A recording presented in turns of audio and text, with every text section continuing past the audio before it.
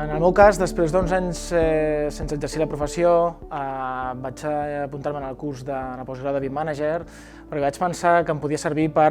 fer-me una inserció molt ràpida en les noves tecnologies i el que s'estava veient en aquest moment en el món de la gestió i de la construcció.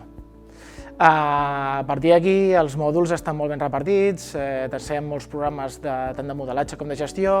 que és d'alguna manera el que demana el curs. En quant a la gestió de la informació, entenem que a dia d'avui tot és informació, per tant és importantíssim el filtratge i la gestió de la mateixa, i què millor que un projecte d'edificació. Hem d'entendre que ja no només la vida útil de l'edifici és la construcció del mateix, sinó després l'explotació d'aquesta, i per tant, si dintre la metodologia BIM nosaltres som capaços de concentrar aquesta informació, ens anirà molt bé per a la gestió de l'obra. En el meu cas en concret, he aconseguit poder col·laborar amb diversos despatxos d'arquitectura en el qual tenen el Revit i la gestió del manager molt acoplada, i realment ha donat lloc a que jo pugui realment explotar tot el que s'ofereix en aquest postgrau.